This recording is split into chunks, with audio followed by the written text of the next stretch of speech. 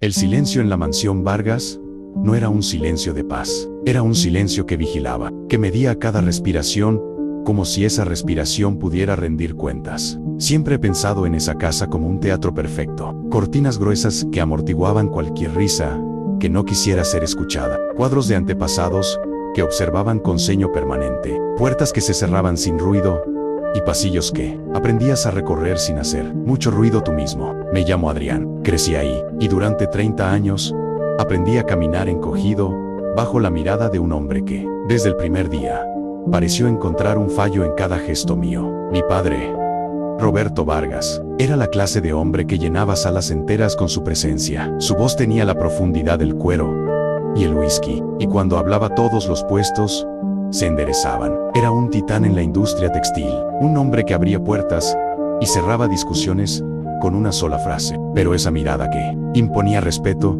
se volvía hielo cuando se posaba en mí, con mi hermano Hugo.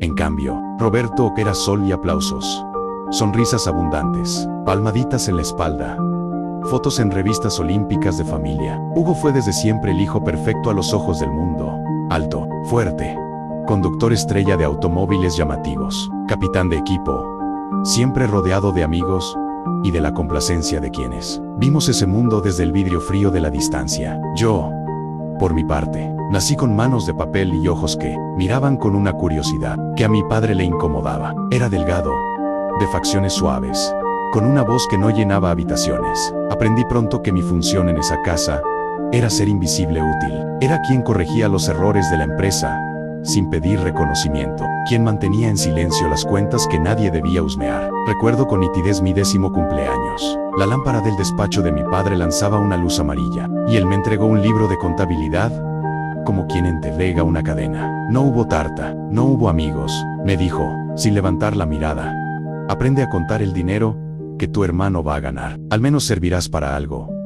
Poco después, supimos que Hugo volaba a Disney, con 5 amigos, primera clase. Recuerdo como el eco de esa noticia rebotó en la sala como si el mundo se hubiera puesto en pausa para que mi humillación sonara más fuerte. Mientras ellos celebraban, yo memorizaba Belencis, bajo la luz parpadeante de una lámpara defectuosa que nadie reparaba. Las humillaciones se fueron haciendo hábito. Cuando sacaba las mejores notas en la universidad, Roberto murmuraba algo sobre inteligencia sin carácter. Cuando Hugo fracasaba, lo consolaba y le ofrecía nuevas oportunidades. Era un patrón.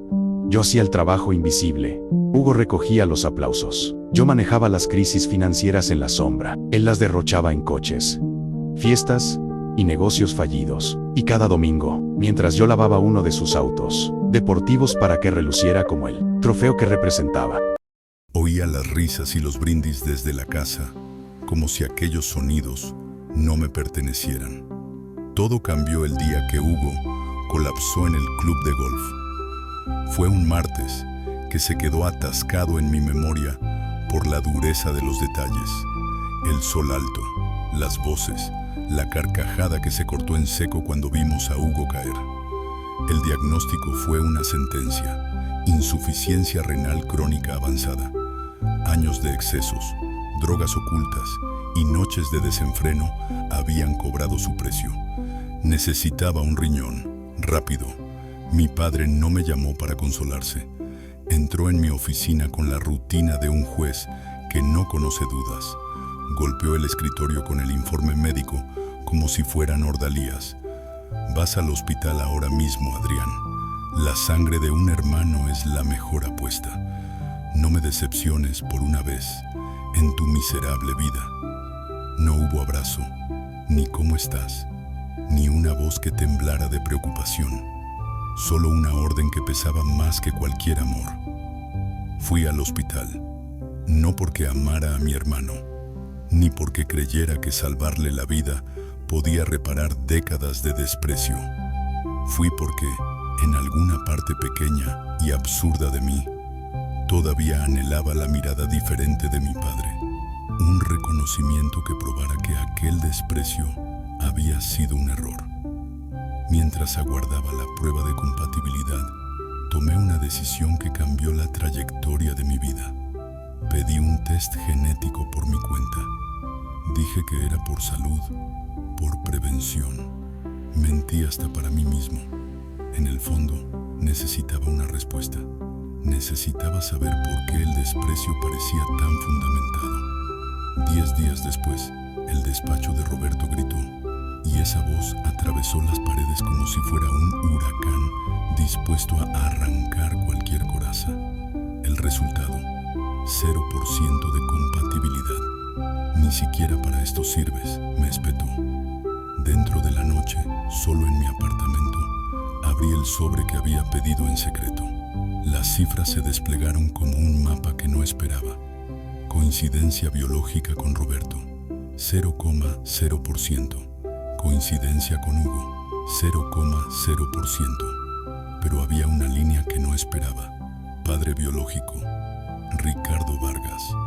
Madre, Elena Santoro. El nombre de Ricardo pesó en mi mano como una piedra.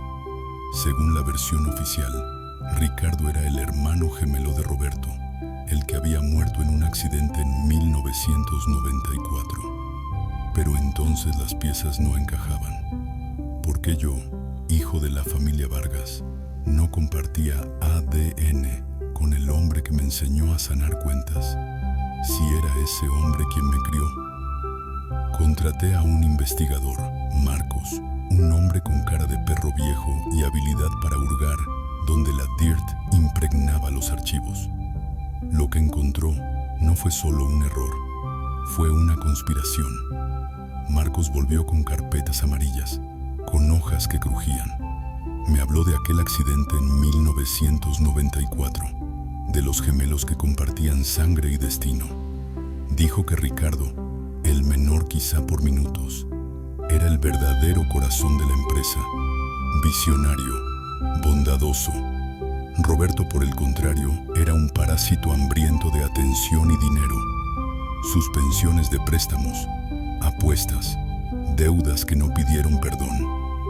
El 14 de noviembre de 1994, los dos salieron hacia una casa de campo con la intención aparente de zanjar disputas. Un coche volcó, ardió. Cuando las autoridades llegaron, encontraron a un hombre muerto y a otro con el rostro quemado. La billetera del muerto decía una cosa, la identidad oficial otra. La conclusión fue rápida y conveniente. Ricardo había muerto. Roberto sobrevivió. Pero Marcos me mostró una foto borrosa de la morgue y relatos que no cuadraban. La esposa de Ricardo, Elena, gritaba entre la gente del hospital que el sobreviviente no era su marido. Ella insistió en que aquel hombre había tomado la vida de su esposo y se la había quedado. Y por insistirla, la declararon inestable. Fue internada en un centro psiquiátrico, un lugar que Marcos pudo rastrear luego, ahora devorado por la maleza. En aquel sanatorio, según quien todavía recordaba, la internaron y le arrancaron la posibilidad de defenderse. Cuando di con una enfermera que aún vivía, una anciana quebrada por la edad y la culpa. Sus manos temblaron al ver la foto de Roberto. Él venía por la noche, me dijo con voz frágil, no a consolar, a decirle que jamás vería a su hijo crecer, a asegurarle que él mismo se encargaría de que el niño odiara a su padre. Venía a quebrarla. Esa confesión resonó en mi pecho como un martillo de verdad. Todo lo que había sentido por años dejó de ser simple interpretación, era precisión. Roberto no solo había suplantado la vida de su hermano, había borrado a mi madre de la historia y la había enterrado en vida. Yo fui criado como un recordatorio, como una herida que él quería convertir en represión y venganza. Los meses siguientes fueron fríos. Observé, planeé, recogí papeles y escuché sus llamadas. Empecé a dejar migajas, sonidos de música que Ricardo amaba en el sistema de la casa, libros de poesía de Elena dejados en su despacho, recuerdos pequeños que podrían despertarlo.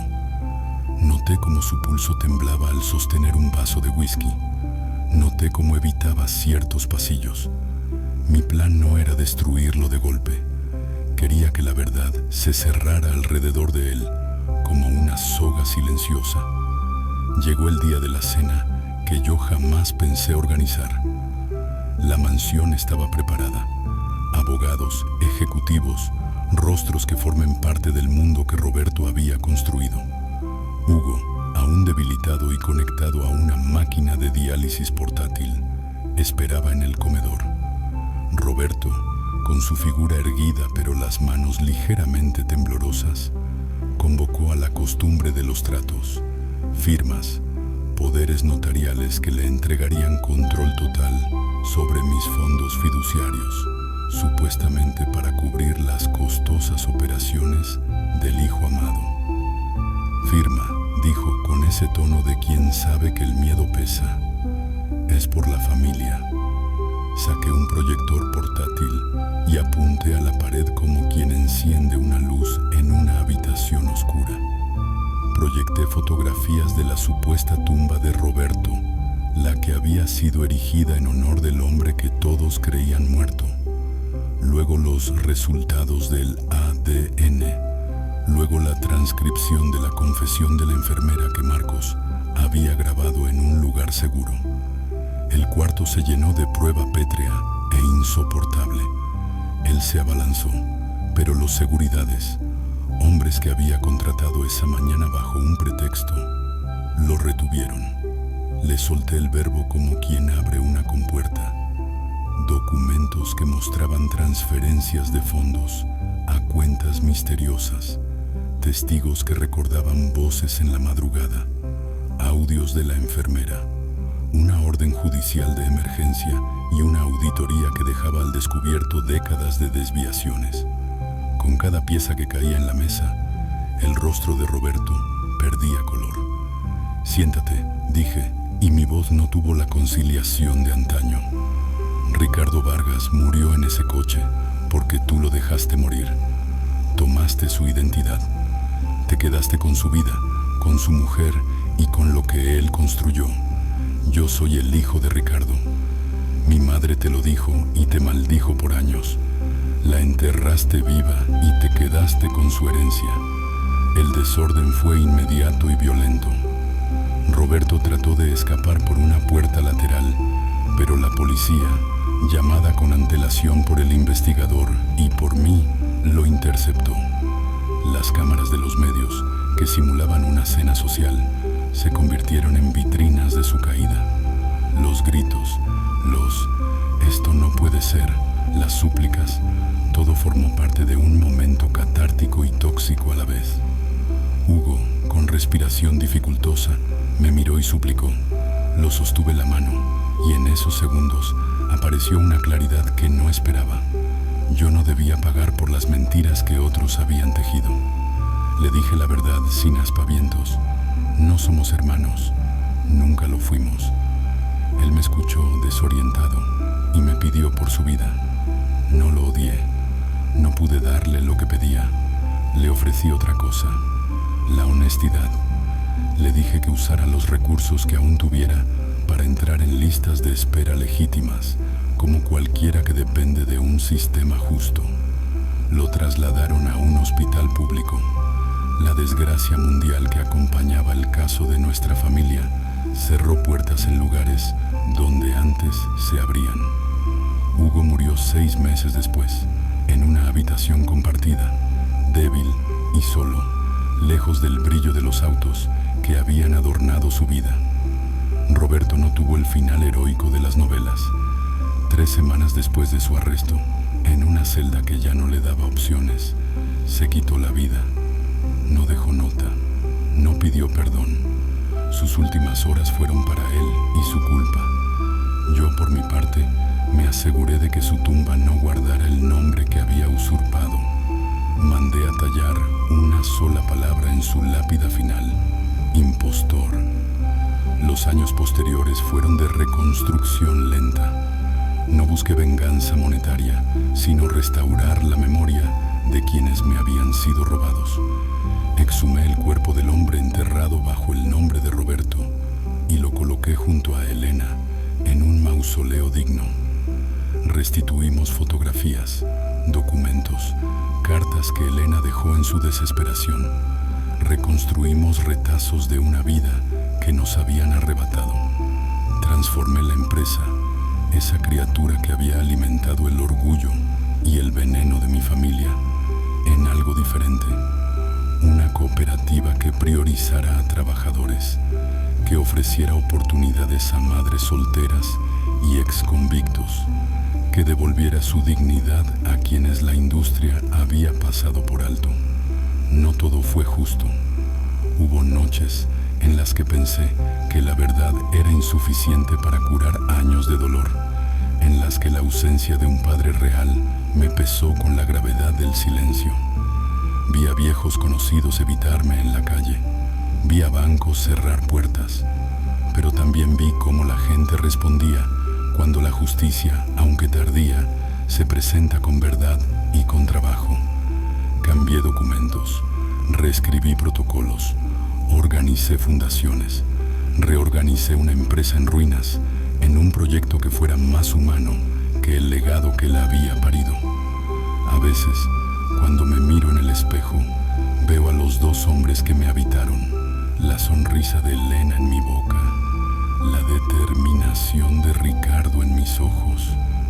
Ya no soy el error que una vez me dijeron. Soy, en todo caso, la prueba de que la verdad, aunque enterrada y cubierta con dinero y esposas, siempre encuentra una forma de filtrarse hasta la superficie. Aprendí que el odio puede ser una herramienta que algunos usan para moldear destinos, pero que la verdad, aun cuando llega tarde, es afilada. Y entendí algo más, que para reconstruir una vida, a veces hay que dejar que los monstruos que la corrompieron se desplomen por su propio peso. No busqué la gloria en la caída de Roberto, solo quise que se hiciera justicia por quienes no pudieron luchar. Me tomé mi tiempo para limpiar lo que él ensució, para devolver a mi padre real el lugar que merecía, para que Elena, al menos en memoria, no muriera en un rincón olvidado. Hoy la casa tiene otro aire. No puedo decir que haya desaparecido por completo la memoria del desprecio. Las cicatrices no se borran de un día para otro, pero en lugar de susurros, la mansión ahora alberga talleres de costura comunitarios, charlas sobre derechos laborales y una biblioteca con los libros de poesía que mi madre amaba. Y cuando paso por el taller y veo manos jóvenes aprender a tejer para ganarse la vida, siento que algo de lo que mi madre fue regresa a través de esas costuras. Hay días en los que me sorprendo mirando la tumba que ahora lleva el nombre de mi padre verdadero, y dejo flores como para pedir permiso para seguir adelante. Hay días en los que me acerco a la ventana y veo la ciudad que se extiende, y entiendo que mi historia no es única. Familias enteras viven historias de mentira y silencio, y si mi experiencia sirve para alentar a uno solo a no aceptar la narrativa que otros le imponen, entonces lo que hice valió la pena. Nada de esto me devuelve las horas robadas, ni el desprecio que me enseñaron a cargar. Nada me da la voz de mi madre reprochando al viento, pero me permite caminar erguido, sin esa sensación de error bajo los pies. Y, al final, eso es suficiente para llamar a mi vida por mi nombre. Si escuchas este relato en la madrugada, piensa en las cosas que dejamos pasar por miedo o por costumbre. Pregúntate quién construyó la historia que te cuentan con tanto énfasis, y si, acaso, detrás de ese relato no se esconde una versión conveniente de la verdad, porque la verdad tiende a salir, aunque muchos gasten la vida enterrándola, y cuando sale, limpia como lluvia, deja la tierra lista para crecer otra vez.